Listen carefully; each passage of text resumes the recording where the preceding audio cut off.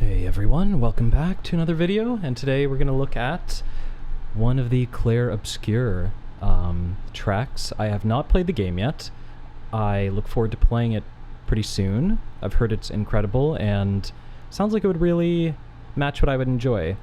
But before I've spoiled anything by playing the game for myself, I'm going to check out some of the music. I've heard it's really cool. I've kind of seen a little bit of discussion, perhaps like a non-game composer brought in to work on it, which I think is really sweet. Yeah, let's check it out. I have no idea what to expect, as usual. I don't even know if this is like the name of a boss, if Flying Waters is like the name of a city like in the game, or it's some kind of scene. Absolutely no idea. GLOBU sounds like a name, so maybe that's like a boss or a character or a place. But it's 3 minutes, Flying Waters, so maybe it's going to be a little bit water music-y, which I really love water-themed music, Ravel Jadot, and things like the fountains of the Acapulco. Yeah, there's a lot of some Franz Liszt fountains. Yeah, I really enjoy a lot of those pieces, so maybe it'll be fountain-esque music, or water-esque. Yeah, let's check it out, see what I think of it. Oh, I wasn't expecting anything like this. Really unusual sound design. It's a little bit technological. Yeah, there's like artificial qualities to it, which is the opposite of the natural kind of water that I was just kind of surmising. By Lorien Testard.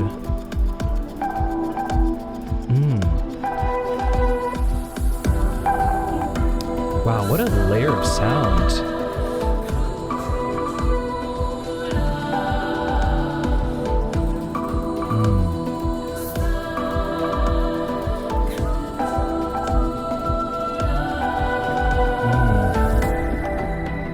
Okay, let me talk about the first minute a little bit. I want to check as well, did they bring in an extra voice for this higher note? I felt like they kept the other one and added a new voice. Of course, there's already multiple voices. Yeah, I think that's it. There's at least 2 voices. They could be 2 groups of voices as well, and they could be synth, they could be live, I'm not sure.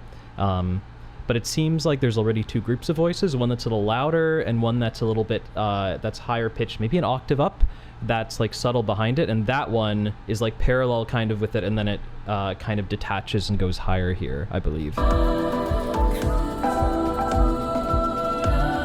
Yeah, the lower one goes dun dun, and the upper voice moves up. I'm gonna hear all that section again.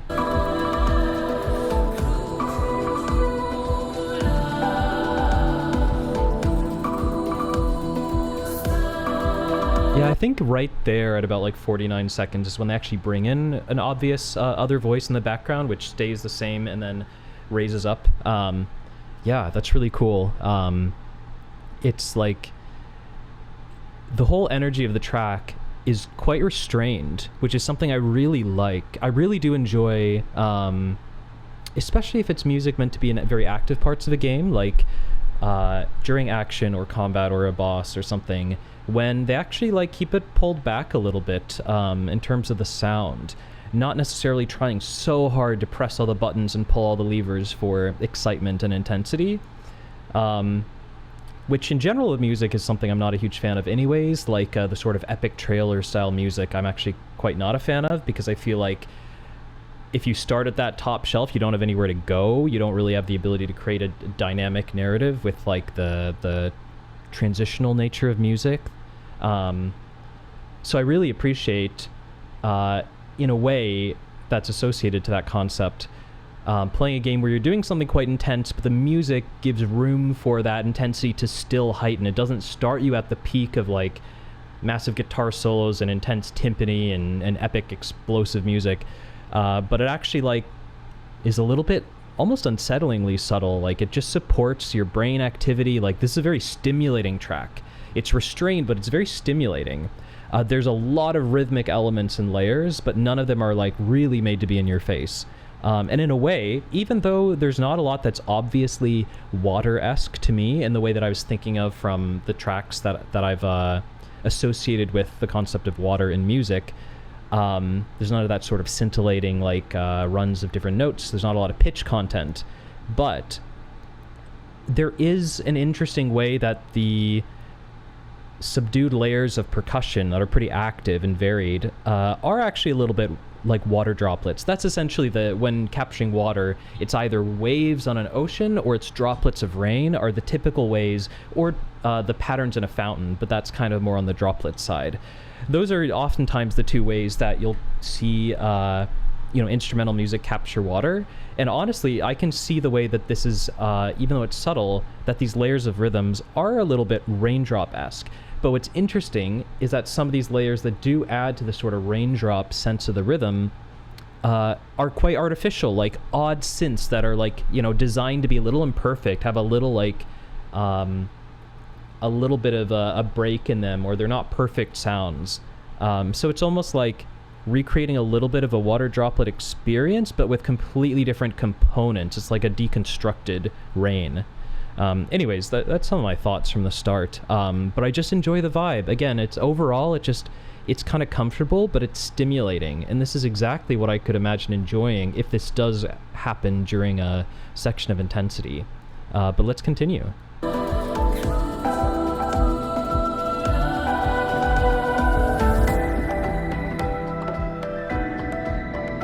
I like that harmony. It's so different from the previous section harmonically. At least for one or two chords. Yeah, it's bringing some much more like tangible, kind of physical sounding percussion, more wood. Ooh. Oh, that's a gorgeous melody. I love that chord.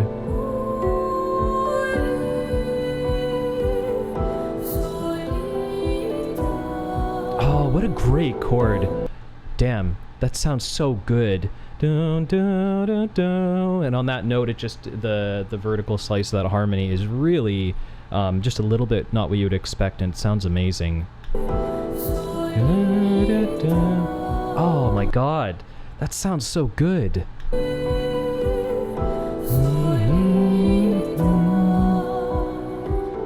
And listen to one more time. It's so good. I know it's done it in other moments before. I'm just listening to this particular section where it does it, but man, it just adds so much more enjoyment to have that really, really different harmony there. Wow, that's so... It just fascinates me. My brain loves that. Does it do it again? It does. Okay, same chord. I love the vocal performance. It's wonderful. Oh, totally different style.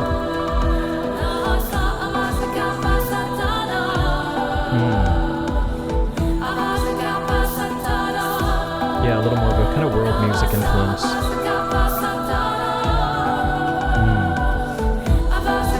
Interesting. We still have the way they did the vocal layers in the first section. The main voices are singing in a very different style and more rhythmically, and it's a little bit of a thicker sound. It might be, again, trying to be a group of voices that are in sync, but it brings in that background one again that raises up just like we had before. It's just the main voice is different. So it's like keeping some components, changing some others, and in combination, they're recontextualized.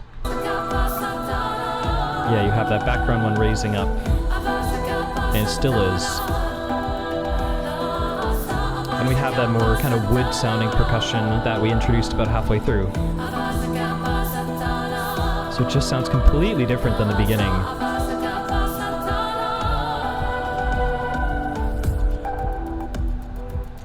Yeah, and just the echo on this percussion. Actually saw that a bit in the last thing I listened to, Wretched Weaponry from Nier Automata. I think it was that piece. I could be wrong, but that had just a really huge echo reverberation on some of the percussion, and it just created an atmosphere. And something similar is here. Less extreme, but it's helped create the overall sound. Man, especially just this section from the beginning. is like incredible background music. Like this is so, it kind of has that effect that people like use like, I personally am not a big fan of the practice of like background music being classical music to like help you study or learn. I think that's a terrible idea because it's dynamic music that's like meant to be focused on more than that, and it's either it's both distracting and you're not getting that much out of it. But still, I understand like why and when it works, and I feel like this is actually in that kind of category. Like as background music, I feel like this would be doing what people usually think like background classical music is going to do. Like it's able to be in the background, but it's still stimulating at the same time. It still is like kind of promoting some motion, promoting thought. Yeah, it just, I've used this word so many times, but there's something very stimulating despite the restraint in much of this track. And of course it changes into other sections. And for about a third of the track, I just absolutely love the melody writing and the vocal performance. I'm going to peek at some of it again. Okay, I just clicked right into my favorite part. Oh, that moment. There's like 5-10 seconds that are astounding. Just what a unique just blend of sounds. I love that. It's so good. What a great melody. This was a beautiful piece. I'm really excited to look at more. Clair Obscur, especially before I play it. I actually bought it. I have it downloaded. I was supposed to play it on my flights to Tokyo and back, but ended up not doing that. I actually played I played Rivals of Aether 2 and grinded for like 9 hours straight on the flight there with my friend. So if anybody else is familiar with Rivals 2, hit me up. Maybe we can play. I'm like 1400. We just do a lot of doubles tournaments because doubles is fun. Anyways, not too many people in that niche, but yeah. What an awesome piece. I'm definitely looking forward to looking or listening to it again. Again, I don't think it's quite Beautiful Tranquility. I already kind of broke the mold of this playlist with Wretched Weaponry and Fall Sense, because these are mostly calm, but they do raise in intensity, just like this piece. So actually, I think that might mean this is the perfect time to make a new playlist here. I'm actually going to move the unnamed contemporary genre one, which is, I don't really know what that's going to be, but it has Unbreakable Tie in it. Oh, you know what? I missed a colon there. What I'm going to do is start a new one here with the vibe that I'm talking about here. Game music. What am I thinking of? It's like calm, but it does raise in intensity at some times. Calm.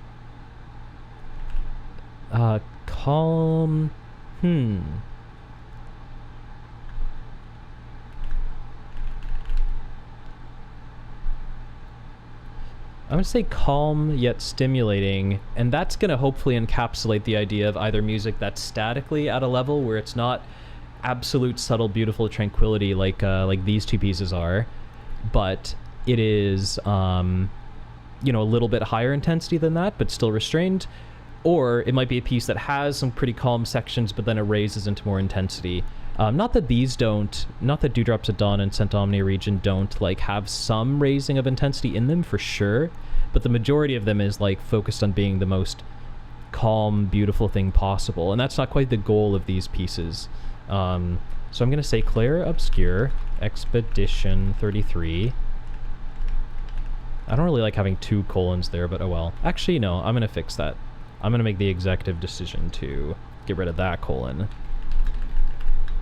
I also don't know exactly what this piece is called. I've seen it called this, Flying Waters GLOBU with a dash, but I see it called other things when I search for it. Anyhow, that's what I'm going to leave this off at and fix that spacing. All right.